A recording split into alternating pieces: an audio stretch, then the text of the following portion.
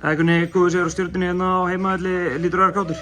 Já, góð 2 stig, aðalatriði, mættum við inn í leikinn, náðum frumkvæðinu strax og við heldum svona góðu fórskoti náðumst allan leikinn, svona, já, sáttum í fyrri hálfleikinn og svona seinni hálfleikurinn auðvitað ekkert spes, en við kláruðum þetta fagmannlega og heldum svona í ágætis fórskoti.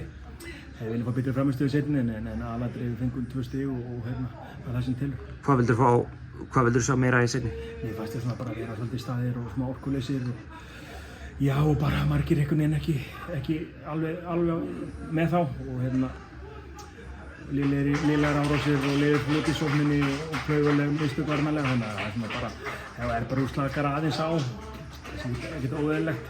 Það voru mikil törn á okkur og konum með 6-7 mörk í fórskot og slökum aðeins á en höldum alltaf svona hæfilegri fjarlægð. Fagmannlegur sigur í kvöld? Já, góð 2 stig og áfram gakk.